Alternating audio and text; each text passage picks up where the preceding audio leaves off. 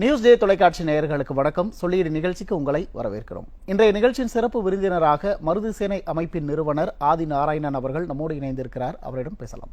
Sir வணக்கம். Sir வணக்கம். Sir அரசியல் பணி இப்போ வந்து ரொம்ப தீவிரமாக செஞ்சுட்டு இருக்கீங்க. அரசியலை உற்று கவனிச்சிட்டு வரீங்க. களம் எப்படி சார் இருக்கு? ஏன்னா இப்போ ஒவ்வொரு அரசியல் கட்சிகளுமே களம் வந்து எங்களுக்கு தான் சாதகமாக இருக்கு அப்படின்னு அதிமுகவும் திமுக தாவேகா கூட சொல்லிட்டு இருக்காங்க. களம் எப்படி இருக்கு? யாருக்கு சாதகமாக இருக்கு? இல்லை சார், அது அரசியல்னு வந்துட்டா அவங்கவுங்க அந்த அந்த அந்த முதலமைச்சர் கனவு ஆட்சியை பிடிக்கணுன்றதுக்காக எல்லாரும் சொல்லக்கூடியது. பெர்மனண்டான ஓட் பேங்குன்னு இருக்குல்ல, இப்போ அம்மா பீரியட், அதாவது புரட்சி தலைவர் பீரியடுக்கு அப்புறம் அம்மா பீரியடில் வந்து 50+ எடுத்தது வந்து அதிமுக மட்டும்தான். அது மாதிரி இந்தியாவில் தனிச்சு களங்கண்டது வேறு யாருமே கிடையாது, அவங்க ஜெயலலிதா அம்மா மட்டும்தான். மொத்தம் 40 பாராளுமன்றத்திலையும் சரி தான், 234 சட்டமன்றத்திலையும் ஒரே சின்னத்தில் நின்னது, எந்த கூட்டணியும் இல்லாமல் நின்னதுன்ற மாதிரியான ஒரு கள நிலவரத்திலே ஜெயிச்சு இருந்தது. இந்த 2021 அப்புறம் இந்த திமுக கவர்மெண்ட் வந்து ஒரு நரேட்டிவ் செட் பண்ணுறாங்க. செட் பண்ணிவிட்டு இவங்களோட ஓட் அவங்களா முடிவெடுக்கிறாங்க. இப்போ ஆதிநாராயணனுக்கு வந்து 35% ஓட் பேங்கு, மருதுசேனைக்கு அதிமுகவுக்கு 20% தான் ஓட் பேங்கு அப்படின்னு சொல்கிறது மாதிரியான ஒரு விஷயம். இப்போ எனக்கு தெரியுமில்ல என் உயரம் என்னன்னு, ஏன்னா நமக்கு போயிட்டு 35%ன்றாங்க, நமக்கு ஏதோ அவ்வளோ ஓட்டு. இந்த தமிழ்நாடு பூரா இருக்கக்கூடியது பெர்மனண்ட் ஓட் பேங்குன்றது 35% குறைவில்லாமல் இருக்குது. அது அந்தந்த கள சூழ்நிலைக்கு ஏற்றாப்புல இதுக்கு முன்னாடி எலெக்ஷன் 2019, 21 நிற்க போகும்போது உள்ளுக்குள்ளே கேன்சர் வந்து உடம்புக்குள்ளே இருந்துச்சுன்னு சொன்னால் அது உங்களுக்கு தெரியவே தெரியாது சார். அதனோட எஃபெக்ட் வரப்போகும்போது நம்மளுக்கு வந்து ரொம்ப சீரியஸ் அலிகேஷன்ஸ் வந்து நம்ம செத்து போயிடுவோம்.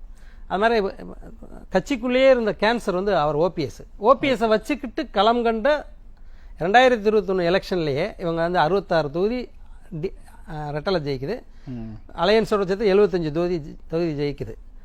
இப்படி இருக்க சுச்சுவேஷனில் இன்றைக்கி வந்து பொது மக்கள்கிட்ட இருக்க மிகப்பெரிய ஐயோ அப்பா என்னடா இவங்கிட்ட மாட்டிக்கிட்டோம். அதாவது திமுகவை விரும்பி யார் ஓட்டு போட்டு செலக்ட் பண்ணல சார். தமிழ்நாட்டில் உள்ள பெரிய கட்சி 10 கட்சி எடுத்துக்கிறோம் சார்.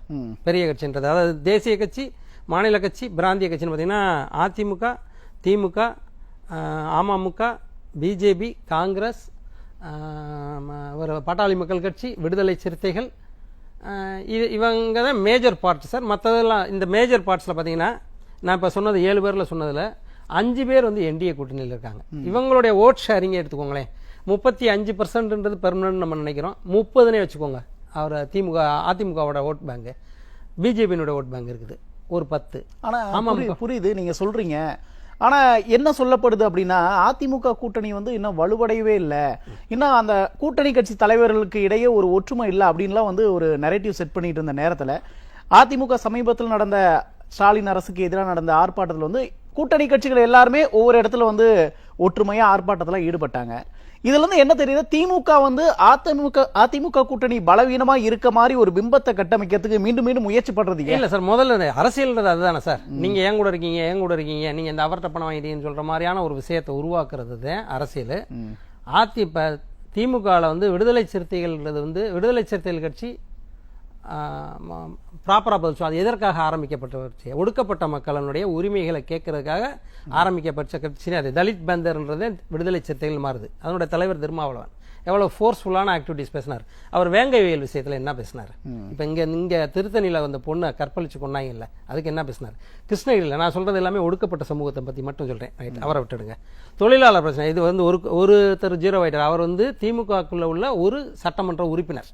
அப்படிதான் திமுகக்குள்ள நிறைய பிரிவுகள் இருக்குல்ல, தொழிலாளர் பிரிவுன்ற மாதிரி இது திமுகக்குள்ள உள்ள விடுதலை சிறுத்தைகள் பிரிவுன்னு வச்சுக்கிற வேண்டியதான். தொழிலாளர்களில் தூய்மை பணியாளர்கள் எடுத்துக்கோங்க, டீச்சர்ஸ் எடுத்துக்கோங்க, நர்சஸ் எடுத்துக்கோங்க, டாக்டர்ஸ் எடுத்துக்கோங்க, இவ்வளோ பேர் போராடி கம்யூனிஸ்ட் கட்சி என்ன பேச்சு பேசிச்சு? எந்த பேச்சும் பேசல, கும்மனா மூஞ்சியாக தான் இருந்தாங்க. காங்கிரஸ் எடுத்துக்கோங்க, காங்கிரஸுக்கும் திமுகவுக்கும் என்ன இவங்க 2 பேரும் கொள்கை அடிப்படையில் ஏதேனும் ஒரு விதத்தில் ஒத்து போகிற ஆட்களாக கிடையவே கிடையாது. எந்த மொழி பிரச்சனையிலேருந்து மத பிரச்சனையிலேருந்து எந்த விதத்துலையும் சித்தாந்தங்கள் டோட்டலாக வேற வேற. அவங்களுக்கு ஒரு 28 சீட்டை தூக்கி கொண்டே கொடுக்குறாங்க, பயந்து போய் கொடுக்குறது. இப்ப திமுக கூட்டணியில இப்போ ஒற்றுமை இருக்கா இல்லையா? ஏன்னா ஒவ்வொரு விதமா பேசப்படுது. திமுக கூட்டணி இணக்கம் இல்லை அப்படிங்கிறாங்க, கூட்டணி கட்சி தலைவர்களுக்குள்ளே என்ன இணக்கம் வரலன்னா பேசுறாங்கல்ல. என்னதான் நடக்குது திமுக கூட்டணிக்குள்ள சார்? திமுக இப்ப நம்ம சராசரி, நான் இப்ப உங்கள்கிட்ட பேசுனது சராசரி மனுஷனா பேசினேன், புரியுது. அந்த சராசரி மனுஷன் தானே வீரபாண்டியனும் சராசரி மனுஷன் தானே, திருமாவளவனும் சராசரி மனுஷன் தானே. அவங்களால இவங்க பண்ணக்கூடிய தவறுகளை தட்டியும் கேட்க முடியல. சரி, தட்டி கேட்க முடியல, சீட்டு கொடுங்கடா கரெக்டாக. அதாவது ஏன் தட்டி கேட்கலன்னு சொன்னால் எலெக்ஷனை மனசுல வச்சுட்டு தான் தட்டியே கேட்கல, சீட்டுக்காக. சீட்டுக்காக தான் தட்டி கேட்காம இருக்காங்க. சீட்டும் கொடுக்க மாட்டேன்றோம் அப்படின்னு போது அதுக்கு என்ன காரணம் சொல்றாங்கன்னா தேமுதிக உள்ள வந்துருச்சு. அவங்க ஆக்சுவலா இது வந்து சாதாரண நியூஸ். திமுகவுக்கு ரொம்ப பெரிய பயமா இருக்கு. கூட்டணி கட்சிக்கு கொடுப்ப 28 சீட்டு 100% வந்து எதிர்த்தாப்புல இருக்கவங்க ஜெயிச்சிருவாங்க. அந்த 28 யாரு? காங்கிரஸ். காங்கிரஸுக்கு ஒரு ஊர்ல எத்தனை பேர் சார் இருக்காங்க? உங்க கையில எத்தனை விரல் இருக்கு? 10 விரல் இருக்கு. 10 பேர் கூட இருக்க மாட்டாங்க. அந்த விரல்ல ஒரு விரல் மிச்சம் வரும். 9 பேர் தான் இருக்காங்க. பொதுவே சொல்லப்படுது காங்கிரஸ் கட்சியில தொண்டர்களை விட தலைவர்கள் தான் அதிகமா இருக்காங்க அப்படின்னு தலைவர்களா நீங்க அந்த மேல உள்ள விரல் கீழே உள்ள விரல் நம்ம இந்த ரூம்ல இருக்க 10 பேர் இருந்தாலும் 10 பேரோட விரல் எண்ணி கை கால் விரல் எண்ணீங்க அவ்வளவுதான் எங்க லோக்கல்ல இருக்க தலைவர்களே. இல்ல அதுதான் இப்ப கேக்குறாங்க. திமுக கூட்டணி கட்சிகள் என்ன கேக்குறாங்கன்னா, இப்ப பே சண்முகம் அவர்களே கம்யூனிஸ்ட் கட்சியோட பே சண்முகம் என்ன சொல்ற, எங்களோட தகுதியின் அடிப்படையில் எங்களுக்கு சீட்டு கொடுங்க அப்படின்றாங்க. இப்ப காங்கிரஸுக்கு வந்து 28 சீட்டு கொடுத்திருக்கீங்க, தொண்டர்களே இல்லன்னு சொல்றீங்க. அவங்க காங்கிரஸ் தேமுதிகவுக்கு ராஜ்யசபா சீட்டு கொடுக்குறீங்க. அப்ப எங்களோட தகுதியின் அடிப்படையில் கொடுங்கன்னு கேக்குறது சரிதானே சார்? கம்யூனிஸ்ட் கட்சியிலுமே எப்படின்னா காங்கிரஸ் கட்சின்றது பட்டாசு, சிவகாசி பட்டாசு எடுத்து போட்டா வெடிக்கும். அது காங்கிரஸ்ல வந்து ஆளே இல்லாத கட்சிக்கு 28 சீட்டு ஒதுக்கியிருக்காங்க. கம்யூனிஸ்ட் கட்சிக்கு ஒரு ஊர்ல நல்லா திருப்பது, அதாவது இண்டஸ்ட்ரியல் ஹப்பை தவிர்த்து மற்ற இடத்துல எடுத்தீங்கன்னா அவங்க ஆளுங்க கம்மியா 10 பேர் தான் இருப்பாங்க. ஆனா 10 பேருமே ஆர்டிஎக்ஸ், அவங்க வேலை பார்க்கக்கூடிய ஆட்கள். ஆனா அவங்கள அடுத்த கீழ் லெவலுக்கு கொண்டு போய் விட்டுறாங்க. கம்யூனிஸ்டை தனியா நிக்க சொன்னோம்னா அவங்களும் கூட எல்லாம் ஓட்டலாம், 1/2% கூட ஓட்டலாம் வாங்க மாட்டாங்க சார். ஆனா அவங்க வந்து குரல் கொடுக்கறதுக்காக, அதாவது நம்ம ஆட்சியில் நீங்க சிஎம் ஆயிட்டீங்க, உங்க உள்ள குறை மக்கள் உள்ள கிரவுண்ட் ரியாலிட்டியை வந்து சொல்றதுக்கு ஒருத்தர் வேணும்னா அது கம்யூனிஸ்ட் தான் நல்லா. இப்ப நீங்க சொன்ன மாதிரி ஒண்ணுமே இல்லாத காங்கிரஸுக்கு 28 சீட்டு கொடுக்குறாங்க. லாஸ்டா 25 சீட்டு வாங்கினாங்க, இப்ப 28 சீட்டு வாங்குறாங்க. அப்படி இருக்கும்போது ஒவ்வொரு கூட்டணி கட்சியில் நினைப்பா, இப்ப கம்யூனிஸ்ட் நினைக்கிறாங்க விசிக இப்ப இரட்டை இலக்கத்துல கேக்குறாங்க, அது சரியா தானே படுது? ஏன் அவங்களுக்கு கொடுக்க மாட்டேங்கிறாங்கன்னு நான் கேட்கிறேன். இல்ல சார், அதாவது மைனாரிட்டிஸ் ஓட்டை வந்து ஆன்டி பிஜேபின்ற கணக்குல பிஜேபிக்கு எதிர்த்தரம்ன்றது வந்து காங்கிரஸ் தான் நினைக்கிறாங்க. காங்கிரஸ் கிட்ட மைனாரிட்டிஸ் ஓட்டு இருக்கும். காங்கிரஸை வச்சிருக்கிறது சிறுபான்மை ஓட்டுக்காக தான் சார். அதுல திமுகவினுடைய 35% மினிமம் 30% சொன்னா அதிமுக பெர்மனண்டான ஓட் பேங்க் சார். அது யாராலையுமே தகர்க்கலாம் முடியாது. அது தள்ளி கிள்ளி போயிருக்கும், ஓட்டு போடாம விட்டுருப்பாங்க, அல்லது நிராசையா நிப்பாட்டி இருப்பாங்க, அல்லது மனசு கஷ்டப்பட்டு போடாம இருந்திருப்பாங்க. திமுகவோட ஓட் பேங்க் வந்து 12% 15% தான் சார். அதுக்கு மேல கிடையவே கிடையாது. நீங்க குன்னக்குடிக்கு காவடி எடுத்தாலும் அவங்களுக்கு அதுக்கு மேல கிடையாது. ஆனா அந்த 15% எந்த காலமா இருந்தாலும் அவன் ஓட்டு போடுவேன். எவ்வளவு ராஜீவ்காந்தியை கொலை கொன்னாலும் ஓட்டு போடுவேன், வேற ஏதாவது அசம்பாவிதம் நடந்தாலும் போட்டு விடுவேன். அவன் வீட்டிலே அசம்பாவிதம் நடந்தாலும் அந்த ஓட்டு போடக்கூடிய 12 to 15%. இந்த ரிமைனிங் பார்ட்ன்றது இந்த மைனாரிட்டிஸ் ஓட்டு சார். ஓகே, கிறிஸ்தவர்கள் முஸ்லீம்களோட ஓட்டு வந்து அவங்களுக்கு பெர்மனண்டா நிக்கணும் அப்படின்ற கணக்குல அவங்களுக்கு சீட்டு கொடுத்துட்டாங்க. பட் ஆனா அந்த ஓட்டை இந்த டைம் வந்து வேற மக்கள் டைவர்ட் ஆயிரும். ஓட் டிரான்ஸ்ஃபர் நடக்காதுங்களா? ஓட் டிரான்ஸ்ஃபர் திமுக நினைச்சிட்டு இருக்குது மல்லா படுத்துக்கிட்டே ஜெயிச்சிருவோம். காமராஜர் சொன்னாராம், நான் இந்த 67 எலெக்ஷன்ல எனக்கு எதிர்த்து நிக்கிறது சீனிவாசன் சின்ன பையன், நான் படுத்துக்கிட்டே ஜெயிச்சிருவேன்னாராம். அவர் அவங்க ஆளுங்கட்சி. அப்ப 167 சீட்டு காங்கிரஸ் மட்டும் கை சின்னத்துல மட்டும் ஜெயிச்சு ஆட்சியில இருந்த சிஎம் சொன்ன பதில். இவங்க என்னத்தர என்ன போறாங்கன்னா அண்ணாதுரை அடிச்சு தூக்கிட்டு அப்சல்யூட் மெஜாரிட்டி தனியா வந்தாரு. அந்த மாதிரி இவங்க இப்ப படுத்துக்கிட்டு இருக்குது அப்படின்னா எல்லா அடிமைகளும் நம்ம அவர்கள் எல்லாருமே ஒத்த ஓட்டு அடிமைகள் சார். ஆக்சுவலா மதுரையில இப்ப அண்ணன் சைதாப்பேட்டையில மா சுப்பிரமணியத்துக்கு ஒரு எம்எல்ஏக்கு மேல 2வது சீட் கொடுப்பீங்களா? நீங்க கொடுக்க மாட்டீங்கல்ல. அதே மாதிரிதான் திருமாவளவன் அந்த கட்சிக்குள்ள இருக்கக்கூடிய ஒரு உறுப்பினர், இடது கம்யூனிஸ்ட் அதுல உள்ள உறுப்பினர், மார்க்சிஸ்ட் அதுல உள்ள ஒரு உறுப்பினர், காங்கிரஸ் அதுக்குள்ள உள்ள உறுப்பினர். செல்வ பெருந்தகை எந்த விஷயத்துல தூய்மை பணியாளர்களுடைய பிரச்சனையிலையும் அவர் சவுக்கு சங்கர் இதை பேசினார் அப்படின்னா அவர் வீட்டில் கொண்டு மலத்தை கல்வி குறைந்தபட்சம் இப்ப உங்க பக்கத்து வீட்டில் இது நடக்குது சார். நீங்க வேணா எதிர்த்து வேணா கேட்காம இருப்பீங்க சார். அடுத்த டைம் அவருக்கு ஆதரவுலாம் கொடுக்கலாம் மாட்டீங்க. இவங்க பண்ணுனது பூராமே ரவுடிசம் சார். இதெல்லாம் பண்ணலாம் அவங்க வந்து. ஆனா புரியுது சார். இப்ப மீண்டும் இப்ப திமுக கூட்டணியில இவ்வளவு ஒரு சலசலப்பு இருக்கிறதா சொல்லப்படுது. இன்னொரு விஷயம் என்ன எதிர்க்கட்சிகள் சொல்லப்படுதுன்னா, ஸ்டாலின் அவர்களுக்கு வந்து தேர்தல் பயம் இருக்கு. அதனாலதான் மீண்டும் எங்க கூட்டணி பாத்தியா 20 கூட்டணி 26 கூட்டணி அப்படின்னு ஒரு நரேட்டிவ் செட் பண்றாங்க அப்படின்னு எதிர்க்கட்சிகள் சொல்றாங்களா? அது எந்த அளவுக்கு களத்துல உண்மையா இருக்கு சார்? மீடியா ட்ரையல்னு ஒன்று உண்டு சார். மக்கள்கிட்ட ரொம்ப அதிகமா படிக்கிறது வந்து விஷுவல் மீடியா பண்றாங்க, சோசியல் மீடியா பாக்குறாங்க, பிரிண்டிங் மீடியா பாக்குறாங்க. இதுல மேஜரான பார்ட்டு இப்ப தமிழ்நாட்டில் ஒரு நேத்தைக்கு வந்து நம்ம போராட்டம் நடந்துச்சு. ஒரு அண்ணன் எடப்பாடி தலைமை அதிமுக கூட்டணி கட்சி தலைமை எல்லா இடத்துலயுமே அதிமுக பண்ணல. அதாவது சென்னையில வந்து அண்ணன் எடப்பாடி பண்ணாங்க, தஞ்சாவூர்ல அண்ணன் டிடிவி பண்ணாங்க, கடலூர்ல அதிமுக தலைமையில என்டிஏ கூட்டணி சார்பா நடத்தினாங்க. என்டிஏ கூட்டணி சார்பா ஒரு தலைவரும் ஒரு ரீஜியன்ல பண்ணாங்க. இந்த பண்ணுன மெசேஜ் வந்து இதுவே சாதாரண நேரத்துக்கு முழுக்க எல்லா மீடியாலையும் ஸ்ப்ரெட் ஆச்சு. ஆனால் இதுவே இவங்க ஆளுங்கட்சி இப்போ காபந்து கோட் ஆஃப் கண்டக்ட் வந்துருச்சு. அப்படி இல்லைன்னு சொன்னால் இவங்க வந்து சோன்ஸ் சேனலுக்கு வந்து ஒரு பெரிய ஒரு இது கொடுத்து ஒரு ப்ரோக்ராம் கண்டினியூஸாக கவர்மெண்ட் ப்ரோக்ராம் 2 மணி நேரம் லைவ் போட விடுறாங்க.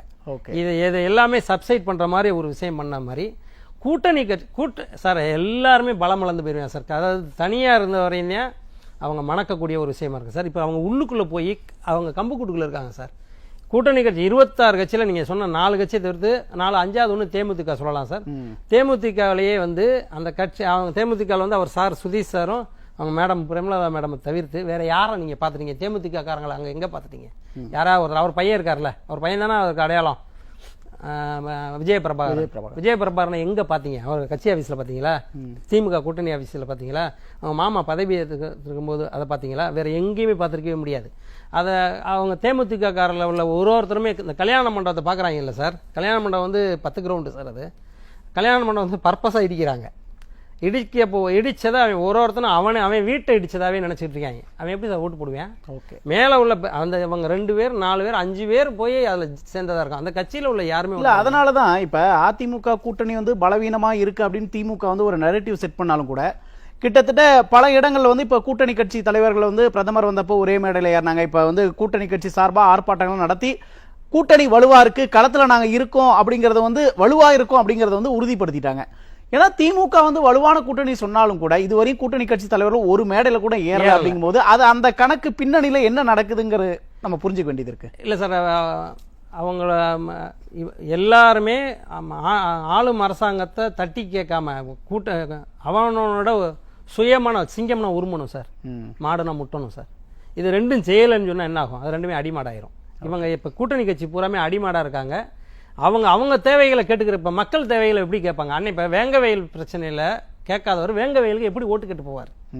வேங்கவயல்ல ஒண்ணு கவர்மெண்ட் களத்துல போய் மக்களை சந்திக்க சந்திக்க எப்படி சார் முடியும்? இப்ப ஓபிஎஸ் இருக்கார்ல சார், அந்த அம்மா சசிகலா இருக்காங்கல்ல சார், அந்த அம்மா காலகட்டத்தில் அவங்க வந்து இந்த அவங்க என்ன சொல்றாங்க, நான் முக்குலத்தூரனுடைய ஓட் பேங்க் என்னோட ஓட் பேங்க்னு அவங்க சொல்றாங்க. ஓபிஎஸ் என்ன சொல்றாங்க, நான் மறவரனுடைய நான் அடையாளமே நான் தான் சொல்றாரு. இவர் எப்படி ஓட்டு கேட்டு அங்க வருவார்? தொகுதிக்குள்ள எப்படி வருவார்? இப்ப இதுல இருந்து திருச்சியில இருந்து எடுத்துக்கோங்களேன், வரப்போகும்போது மக்கள் கொஸ்டின் கேட்பாங்க, நீ எப்படி நீ சரி உன்னுடைய காலகட்டத்தில் நீ செஞ்சது என்ன? நீ இப்ப இந்த 5 வருஷம் வந்து அதிமுக இருந்தாலும் சரி, இப்ப திமுகவுக்கு போயிட்ட, நீ போன டைம் நீ சொன்னதை தான் நாங்க கேட்டோம். சமுதாய கட்சிகள்ன்றதுல யாரை நீ வளர்த்துருக்க? சமுதாயத்துல யாரை வளர்த்துருக்க? முக்குலத்தூரனுடைய லாங் டைம் கோரிக்கைன்றது வந்து ஏர்போர்ட்டுக்கு வந்து தேவரோட பேர் வைக்கணும் அப்படின்றதே அவங்களோட பேச்சு சார். அதை வந்து இவர் வந்து 3 டைம் முதலமைச்சராக இருந்திருக்காரு. 30 வருஷம் அதிமுக ஆட்சியினுடைய பேக் ஸ்டேரிங் டிரைவரே நான் தான் சொல்றாங்க அந்த அம்மா. நான் தான் இவரை முதலமைச்சராக்கினேன், நான் தான் அவரை முதலமைச்சராக்கிறேன்றாங்க. அவங்க வந்து எல்கேஜி டீச்சர் சார். அவங்க எல்கேஜி சொல்லி கொடுத்தாங்க. அவங்க வந்து ஐஏஎஸ் முடிச்சுட்டு இப்போ கலெக்டர் ஆகிட்டாங்க. அவங்களுக்கு அது இன்னும் தெரியல. நான் எல்கேஜி சொல்லி கொடுத்தேன் சொல்லிக்கிட்டு இருக்காங்கல்ல. 30 வருஷத்துல நீ இதையே செய்யலை. இப்போ நான் கேட்பேன்ல, எங்கள் ஊருக்கு வரும்போது இப்போ நான் எங்களோட ஐடென்டிஃபிகேஷன் பாலிடிக்ஸ் வந்து மருதுபாண்டியர்கள் நீ என்னம்மா செஞ்சிருக்க, எதுக்கு இதை என்னம்மா செஞ்ச, அதை என்ன கொஸ்டின்ஸ் அவரை உங்க ஊருக்கு வந்தா நீங்க ஒரு கேள்வி கேட்பீங்க.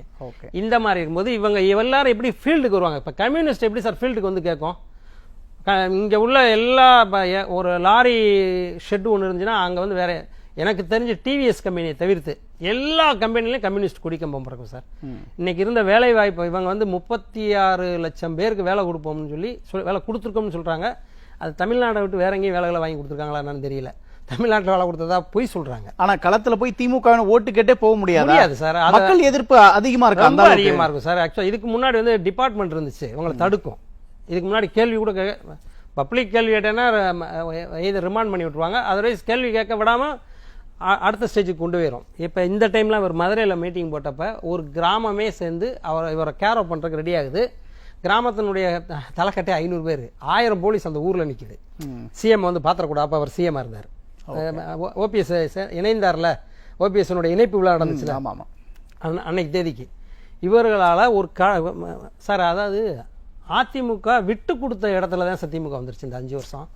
அதிமுக வந்து ப்ராப்பர் ஆக்சுவலா போன டைம் நமக்கு எதனால வரலன்றதை ரியலைஸ் பண்ணும்போது அமமுக தனியா இருந்துச்சு, வா அமமுக வா, பாட்டாளி மக்கள் கட்சி தனியா இருந்துச்சு, நீ வா உள்ளவா, இவங்க தனியா இருந்தாங்க, மருதுசேனை தனியா இருந்துச்சு, நீ உள்ளவா, சார் நீங்கள் ஒரு கட்சி, நீங்கள் தனியாக இருந்தீங்க, நீ உள்ளவா, நம்மளாம் சேர்ந்து செயல்படுவோம், ஒரு வலுவான கூட்டணி அமைச்சிட்டாங்க. கூட்டணியை உருவாக்கிறாங்க. அதாவது நாளைக்கு அரசாங்கத்துக்கு ஒரு விஷயம், இப்போ சென்ட்ரல் கவர்மெண்ட்டோட ஓரியன்டாக சென்ட்ரல் கவர்மெண்ட் ஒரு தண்டவாளம் சார், ஸ்டேட் கவர்மெண்ட் ஒரு தண்டவாளம் சார். ஓகே, 16 to 21 இவரால் எப்படி சார் 11 மெடிக்கல் காலேஜ் ஒரே டைமில் கொண்டு வர முடிஞ்சிச்சு?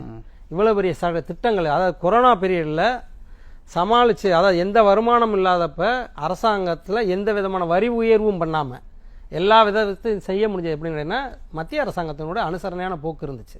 இப்போவுமே இவர் என்டிஏ கூட்டணி வரப்போகும்போது நம்மளுடைய தேவைகள் அனைத்துமே ஈஸியாக நிறைவேறும். தமிழ்நாட்டுக்கு மேலும் பல நன்மைகள், பெரிய நன்மைகள் கிடைக்கும் சார். அதைத்தான் உதாரணம் சொல்கிறேன். அதாவது 16 to 21 எவ்வளோ தொந்தரவு இங்கே இருக்க, அதாவது அன்னை டிடிவி அவங்களோட இல்லை, ஓபிஎஸ் உள்ளிருந்தே கொள்றாரு, உள்ளிருந்தே கொள்ளும் விஷம் இருக்காரு.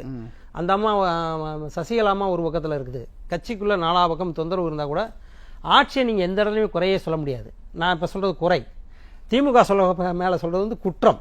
அவங்க பண்ணியிருக்கிறது வந்து அஃபென்ஸு சார், அவங்க கிரைம். அவங்க நம்ம 16 to 21 வந்து கிரைமே சொல்லவே முடியாது நீங்கள். ஓகே, இப்போ இதுவே இந்த 40 எம்பி, ஓகே, ஆமாம், அதிமுகலேருந்து போயிருந்திருக்கு, ஒரு 10 பேர் பிஜேபியிலேருந்து போயிருக்காங்கன்னா நம்மள 10 மினிஸ்டர்ஸ் வாங்கி இருந்திருக்கலாம் சார்.